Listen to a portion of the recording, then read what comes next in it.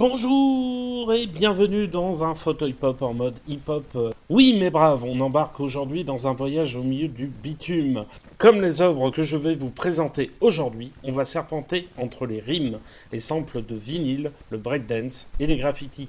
On va discuter de formes artistiques témoins d'une colère et d'un désir de revendication. Dans le précédent fauteuil, je répondais à la chanson de Renaud, le marchand de cailloux. Oui, David et Goliath, ça marche encore, les plus petits peuvent triompher. Mais tout est toujours plus compliqué et ambigu. Les premiers d'entre nous, victimes directes ou collatérales de l'injustice, de l'oppression et de tout un ensemble de malheurs, s'appellent Jean, Jérôme, Rémi, Anne, Lucienne, André, Cédric, Adama, Georges, Misak, Zied, Bouna, Malik, Maël, Pierre, Macomé ou encore Mamadou. Voilà les prénoms de ceux qui me font presque mentir et qui de tout temps ont rempli les fosses communes. Dans le ténor de Claude Zidi Junior, ont tenté d'imposer un narratif, celui de la bourgeoisie, qui veut nous apprendre à nous détester et à nous plier au conformisme. Pour conjurer le sort, voici notre problématique du jour. Face à ce qui nous étouffe, qu'avons-nous comme arme? Dans cette émission, nous avons un film culte toujours autant d'actualité, une boss lady multi-influence, multi-émotion et un groupe de rap gaélique qui connecte les opprimés. Disclaimer à l'intention de l'auditeur qui s'est perdu sur ce podcast. Ici, je divulgage beaucoup, alors gare aux spoilers. Commençons donc par La haine. Sorti en 1995 de Mathieu Kassovitz avec Vincent Cassel, Hubert Koundé et Saïd Taghmaoui. Ça raconte comment la cité des Muguets tente de retrouver son calme après une nuit d'émeute. Mais ce matin-là, 3 copains se retrouvent pour vivre une journée d'errance décisive. Ça commence par le visage de Saïd qui ouvre les yeux sur des policiers en faction. On entre rapidement dans un appartement, celui de Vince et de sa famille juive. Après une séquence de salle de bain, en hommage à Taxi Driver, les deux jeunes partent retrouver Hubert. Ce dernier est boxeur, on le découvre au milieu de sa salle de boxe en ruine. La haine, c'est d'abord un sentiment. Les 3 personnages principaux ont chacun la haine d'une façon différente. À la question « Pourquoi avez-vous fait la haine ?», le réalisateur répondait « Car il y a des gens qui se font tirer des balles dans la tête dans les commissariats et il faut en parler ». Le film est inspiré d'un fait réel, la mort en 1993 d'un jeune à la suite d'une bavure policière. La haine, c'est à première vue une étude sociale. On peut retrouver ici plusieurs réalités sociologiques, comme la place des mères ou des grands frères comme figure d'autorité. Mais on y retrouve aussi la désobéissance face aux services publics, les violences policières et le racisme. Le noir et blanc a pour fonction d'éviter de rendre l'ensemble esthétisant. Les spectateurs doivent se concentrer sur les personnages. Chaque action est comme saisie sur le vif. Les personnages se coupent la parole, s'interrompent. À de nombreux moments, les plans sont composés comme des fresques en mouvement. Les personnages discutent à un endroit du cadre avant que quelque chose vienne capter notre attention. Parfois, des personnages en arrière-plan discutent de façon audible avant qu'un autre groupe vienne occuper l'avant du plan. Les voix et les conversations se mélangent, se superposent. Les 3 jeunes occupent tout l'espace. Ils font du bruit et du mouvement pour rester une source d'énergie. Quand leur discussion est interrompue par des passants, ils insultent et ridiculisent les intervenants pour reprendre leur place au centre. Quand Saïd s'incruste dans une discussion sans rien y comprendre, il coupe à plusieurs reprises la parole avant d'hurler pour définitivement clôturer la discussion. Plus tard, un moment de calme est interrompu par l'arrivée de journalistes. Intrusion qui signifie pour les banlieusards une forme de mépris. Ils guident le regard de la caméra pour nous faire adopter le leur, loin de celui de ceux qui voudraient les instrumentaliser. Ils imposent leur narratif. Il y a beaucoup d'absurde, déjà par la caméra qui fixe sur pellicule un monde parfois irréel. Je pense bien sûr à la vision d'Hubert boxant dans la pénombre, à celle de Vince dansant en rêve sur de la musique yiddish, et à Saïd qui enchaîne les répliques que personne ne semble comprendre et entendre. De cela ressort l'impression que les 3 héros ne sont jamais à leur place et qu'ils envahissent le cadre pour le subvertir. Il y a plusieurs punchlines, des phrases coup de poing, qui semblent sortir d'un morceau de rap et elles sont introduites au milieu d'une comédie humaine. Les séquences captent un dialogue impossible entre le trio de banlieusards et le reste du monde, à savoir des policiers, des Parisiens des beaux quartiers ou même des proches. Les héros sont frustrés, revanchards et impuissants face à leurs conditions marginales. Leur acte résonne avec les différents éléments qui composent le film. La culture urbaine et hip-hop a dans le récit une place intradiégétique. Elle fait partie des personnages, de leurs pensées et de leurs actions. À l'inverse de l'extra-diégétique qui ne provient pas des personnages ou de ceux qui habitent le cadre. Les différentes composantes du hip-hop sont là pour permettre la subversion que symbolisent et causent les personnages. Les graffitis semblent résonner avec les actions. Saïd, qui tague silencieusement sur un fourgon de police un ironique « Saïd baise la police », ou encore le même personnage qui transforme en plein Paris un slogan publicitaire « Le monde est à vous » par « Le monde est à nous », une façon de se réapproprier son espace. Une façon de trouver sa place. La culture urbaine et populaire résonne avec ce que voient, ressentent ou font les personnages. La vache à laquelle fait allusion Vince tout au long du film et qu'on aperçoit entre deux immeubles est une référence à l'expression « Oh la vache !»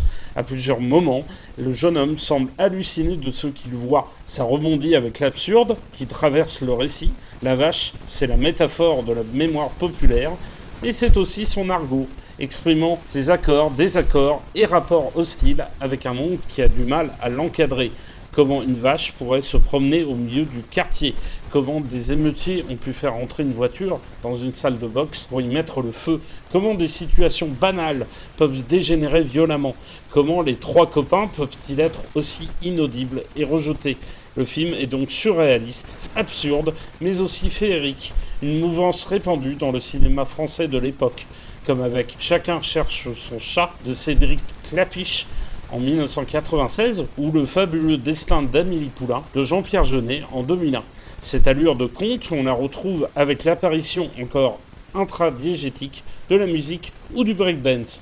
La séquence rythmée au son de Nick la Police de Cut Killer propulse le film de la réalité documentaire au clip musical. Ça commence par Hubert qui observe le square de sa banlieue avant d'apercevoir le DJ du quartier qui installe ses enceintes. On a commencé par observer l'artiste de loin, on est maintenant dans son appartement. Il commence son numéro musical et d'un coup, la caméra devient aérienne, semble sortir comme sa musique par la fenêtre avant de survoler le quartier. On revient alors aux deux héros qui écoutent le morceau. C'est alors que Vince et nous apercevons la fameuse vache, comme si le rap avait provoqué une transe et que le hip-hop et la culture populaire s'entremêlaient pour faire ressentir un panel de sentiments, d'émotions. Un peu plus tard, les trois compères se retrouvent dans un hall où on y pratique le breakdance. Les artistes s'enchaînent avant que quelque chose ne fasse sortir dehors l'ensemble des personnages. Le dernier danseur continue de pratiquer sans y prêter attention. Les différentes composantes de cet univers hip-hop sont parfois harmonieuses et parfois anarchistes. Elles expriment une balance et un ascenseur émotionnel digne d'une fête, d'une célébration et d'une initiation. Le minutage de la narration signifie la présence d'une bombe à retardement. Dans cette euphorie des sens et des arts, il y a une colère qui ne demande qu'à s'exprimer.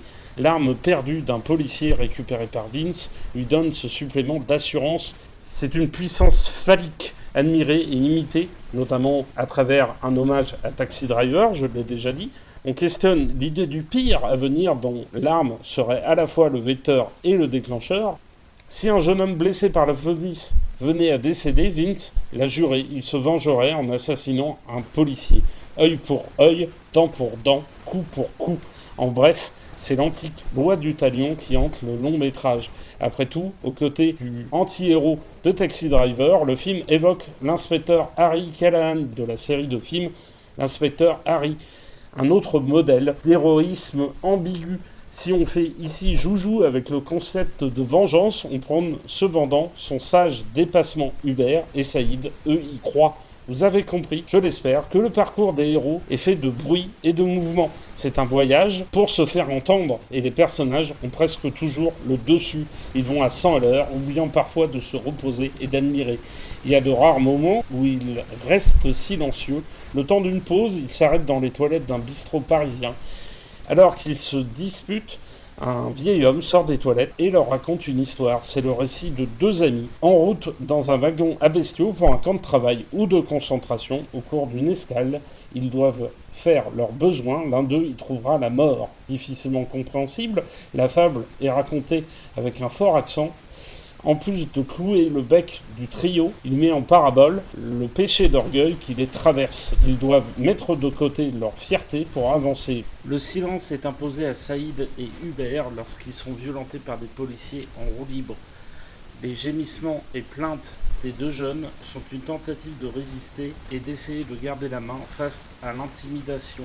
À cet instant précis, le regard d'un jeune policier dit bien plus de choses sur le dégoût qu'inspirent les dérives d'individus se croyant tout-puissants. La fin provoque aussi un silence, mais il est de mort. Il intervient comme un froid et douloureux retour à la réalité, avec ses moments de bruit, de mouvement, de danse, de musique, d'expression et ses silences. La haine est musicale, artistique et finalement pleinement hip-hop. Il tire de l'irrationnel un constat clair. Tout en bas, au plus près du bitume, ça suffoque. Il restitue les sentiments et les colères comme autant de coups de poing. Vince, Hubert et Saïd produisent un vacarme dont se dégage une cohérence et un sous-texte. Nous voulons être constatés. Bon, vous l'avez bien compris, la haine c'est quand même vachement bien. Mais c'était en 1995. Aujourd'hui, quels sont les caillasses, les cailloux ou les pavés pour faire la peau au système et à son conformisme aliénant? Par exemple, il y a Théodora et son méga BBL. L'artiste musical de 22 ans est né en Suisse et a grandi entre la Belgique, la République démocratique du Congo, la Grèce, la Réunion et la France. Une perruque bleue comme le drapeau de la République démocratique du Congo, un univers musical à la croisée d'un club de striptease, d'un animé et de l'afrofuturisme. En effet, il y a une ressemblance avec des héroïnes de dessins animés japonais à la manière de Sailor Moon, mais elle cite aussi des personnages comme Rihanna. Son style marie le rap, l'électro, le R&B et différents courants de musique africaine. Vocalement, elle est reconnaissable à sa voix douce et enfantine. Dans ses morceaux, la jeune artiste alterne entre une allure donc enfantine, mais aussi sensuelle, et une puissance vraiment textuelle. Il y a un aspect très dansant qui se dégage des 25 titres Congolis sous BBL, contrebalance son rythme entraînant par une critique des conventions auxquelles sont soumises les femmes. Ça commence par sa voix qui semble avancer au ralenti avant qu'elle ne s'accélère. On passe de la petite fille à la bad girl en passant par l'objet de désir. Théodora est insaisissable. Derrière BBL, on peut lire Brazilian Butt Lift, une procédure chirurgicale de grossissement des fesses dont se moque la chanteuse tout en admettant qu'elle peut être un facteur d'affirmation et d'émancipation féminine. Au final, BBL, ça veut surtout dire Bad Boys Love Story, ou comment parler des rapports hommes-femmes, du machisme et du sexisme. À travers ces trois lettres, c'est toute la société qui est passée au scalpel. Les hommes abusifs et l'idée du corps féminin comme un objet sexuel sont le produit d'un même système de soumission, de domination et de conformisation. La bad girl, on la retrouve dans Fashion Designer.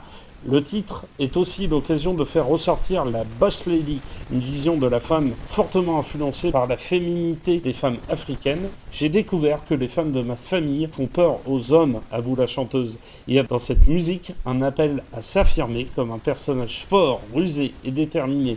La boss lady y est sexuellement libérée et se révèle une arlésienne une fois que les ébats sexuels sont consommés. Do You Wanna ou Pay sont construits sur une même représentation de la femme, avec ce même ton provocateur et moqueur. On en veut tous du plaisir.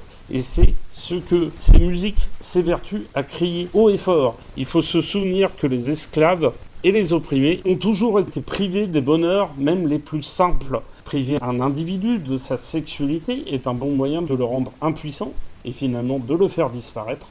Comment ne pas penser à un classique du rap US des années 80, Push It, ou au survolté Esmeralda de Saiz en featuring avec la sublime Bambi. Le clip de Fashion Designer lui permet de s'inscrire dans la culture de la SAP, très rattachée aux populations africaines. Elle enchaîne les tenues et les coiffures extravagantes à l'instar d'un Snoop Dogg, d'un Dolomite ou d'une Pam Grier. En clair, on n'est pas loin de la Blaxploitation et de son style tape à l'œil. Dans l'ensemble, dans la culture afro, le but a souvent été de s'approprier des clichés racistes, sexistes, pour construire sa propre identité. Dans Masoko na Mabene, elle chante dans sa langue lingala sur des sonorités rock, sur de l'afro house, mais aussi sur de l'ama piano, un style musical venu d'Afrique du Sud. Le titre nous propulse dans une ambiance de boîte de nuit avec toujours une ferveur exaltante. Mais Theodora apporte des sujets aussi douloureux que la dépression, les violences sexuelles et les tentatives de suicide. Dans Il me rit tout sonné, elle parle du regard des autres et comment il faut s'armer dans un monde toujours plus violent. Dans Un meilleur nous, elle construit des ponts entre son individualité meurtrie et le reste du monde. Et dans #Il, c'est l'histoire d'un amour contrarié qui nous est conté. Les 3 titres ont un rythme en apesanteur à la recherche du bonheur. Les paroles, un meilleur moi, donc un meilleur nous. J'ai plus trop le blues, donc avec vous je renoue. Pourrait presque être le slogan d'une génération marquée par l'anxiété généralisée. Theodora, c'est une poupée à l'émotion à fleur de peau, mais c'est aussi une diva black avec une assurance indémontable. Entre humour, douceur, provocation, hypersensibilité et esprit critique, elle le dit elle-même, je fais ça pour toutes les filles noires un peu bizarres. En 2024, outre-Manche, le groupe Niqab, rotule en français, a sorti l'album Fine Art qui provient des bas-fonds de Belfast. Comme chez Theodora ou dans le film de Kassovitz, il y a un melting pot culturel. Déjà, il y a un peu d'Angleterre et surtout pas mal d'Irlande dans le phrasé, comme dans Drug Dealing Pagans. On y entend des sonorités de musique traditionnelle irlandaise au milieu de sons électro, pop et rock. Ça rappelle les Beastie Boys avec des sonorités qui peuvent rappeler le rock punk des années 70. En clair, c'est une musique qui a la rage au ventre. Dans Tarfall, on parle d'un mur qui sépare les communautés et Rhino Get évoque la consommation de drogue ainsi que ses dangers. Au premier abord, le francophone que je suis a surtout l'impression d'être dans une boîte de nuit pris par une transe techno. Avec Better Way to Live, il y a une ambiance de pub où se rassemblent les âmes perdues et sous l'alcoolisme se dégage une impression de bonheur bien palpable, car au fond on court tous après une meilleure façon de vivre. Lovemaking, c'est un son R&B entonné par la voix envoûtante de Nino. Les rimes qui lui répondent rappellent des titres d'Eminem, un mélange entre sensualité féminine et un aspect plus percutant et sec. Comme dans tout bon album de rap, il y a une proportion à la provocation. Arrow Road emmène les gamins de Belfast en plein Londres pour la mettre sans dessus-dessous. Mais il faut aussi vous conseiller Gaël Gigolo ou The Recap. Le premier est un morceau tout en humour sur un tandem qui offre des services en nature à de vieux bourges pour les détrousser de leur richesse. Le second récapitule le parcours du groupe face à la propagande des puissants qui voudraient oppresser les peuples d'Irlande, de Palestine et d'ailleurs. Car oui, Niqab a fait parler de lui ces dernières années pour avoir pris parti pour la Palestine et pour avoir dénoncé notamment le génocide qui s'y déroule. Niqab représente une prise de conscience et une tentative d'imposer un autre narratif, un autre self-power. Selon nos origines nord-irlandaises, notre existence même est politique, explique le groupe. Il rajoute « La politique fait partie de notre éducation. La promotion du gaélique dans leurs morceaux est politique, car la tentative pour le Royaume-Uni de coloniser l'Irlande est aussi passée par une tentative d'annihilation de cette langue. Parler une langue, ça n'est pas politique, mais lorsqu'on essaie de la faire disparaître, ça le devient, souligne Moshara, l'un des chanteurs. Sur les liens entre le génocide à Gaza et la lutte pour l'indépendance en Irlande, il y a beaucoup. En 1847, une famine est orchestrée en Irlande. Ça a produit des vagues d'immigration. Il y avait ceux qui mouraient en restant, ceux qui mouraient sur le chemin vers d'autres pays, et ceux qui sont restés et ont survécu et ont pu transmettre des récits de ce qui s'était déroulé. Il y a eu une volonté de faire un génocide en Irlande en faisant disparaître sa population, sa langue et sa culture. C'est pour ça que nous sommes solidaires des peuples qui vivent des oppressions. constate DJ Provide. Mais à aucun moment nous disons que c'est du même niveau. C'est une chose de mourir de faim, mais c'en est une autre d'être en plus bombardé ou encore d'être abattu quand on tente de collecter de l'aide et de la nourriture, explique Moshara. Ce discours a beaucoup dérangé car du festival de Glastonbury à celui de Rock en scène en France, il y a eu plusieurs tentatives de censurer le groupe.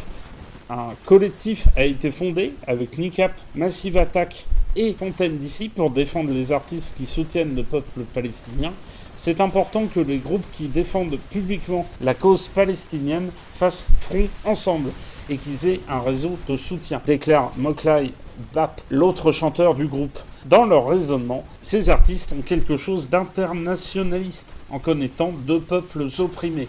Quand on leur demande s'ils ont un héritage socialiste, ils répondent « Les gens de la classe ouvrière sont les premiers envoyés à la guerre et les premiers à mourir. La classe ouvrière a toujours été opprimée. La classe ouvrière doit rester soudée car elle subit l'ego des riches, des puissants. » Les trois artistes musicaux précisent un des éléments importants de notre groupe, de notre éthique, c'est notre rapport à la culture et à la langue. Si dans notre société, le capitalisme hardcore pousse à l'individualisme, la culture et la langue font exactement le contraire. La langue ne peut pas être monétisée parce que c'est une langue parlée par le peuple.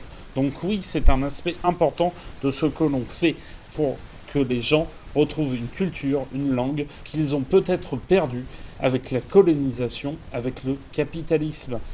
Si on leur demande s'ils sont des artistes politiques, ils expliquent la musique, c'est une célébration des gens du fait d'exister. C'est intrinsèquement politique. Dès lors qu'on existe, on crée de la musique, de l'art. Tout ça, ce sont des actes politiques. Les paroles des artistes gaéliques rappellent que le rap, le hip-hop, les cultures urbaines et pop ont un rôle contestataire.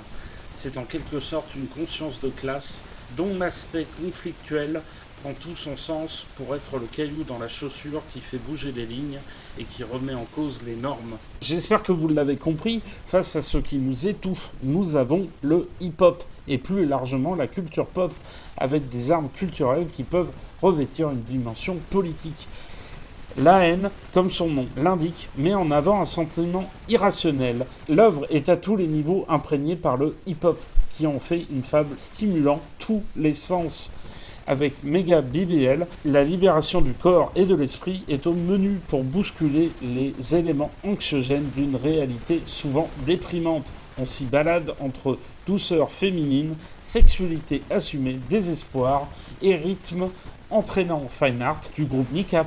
C'est le pur album de rap entre dénonciation des injustices, de la misère, de la détresse sociale et esprit de sa gosse jouissif. En prime, derrière un pur objet de culture punk, on trouve une colonne vertébrale où les valeurs sont assumées et brandies de façon revendicatoire.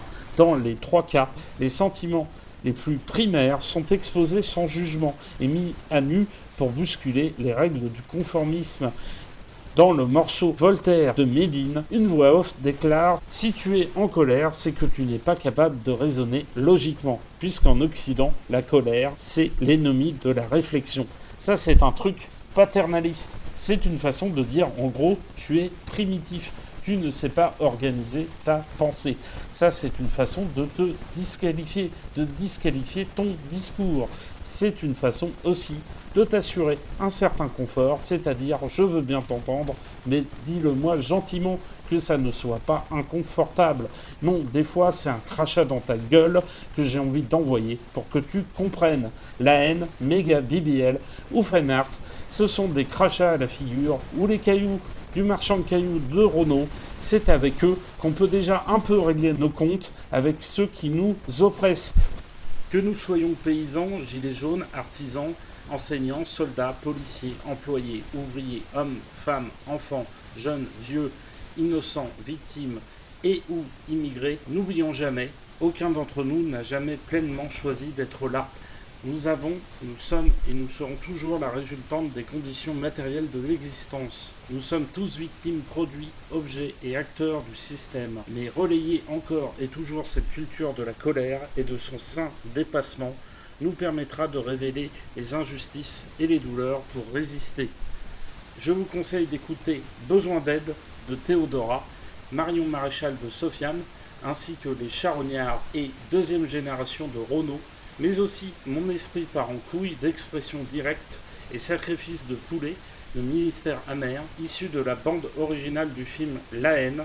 Écoutez aussi L'amour de Médine, tiré de l'adaptation du film de Kassovitz en comédie musicale. La culture revendicatrice et dénonciatrice des injustices, des violences passe aussi par le travail des humoristes.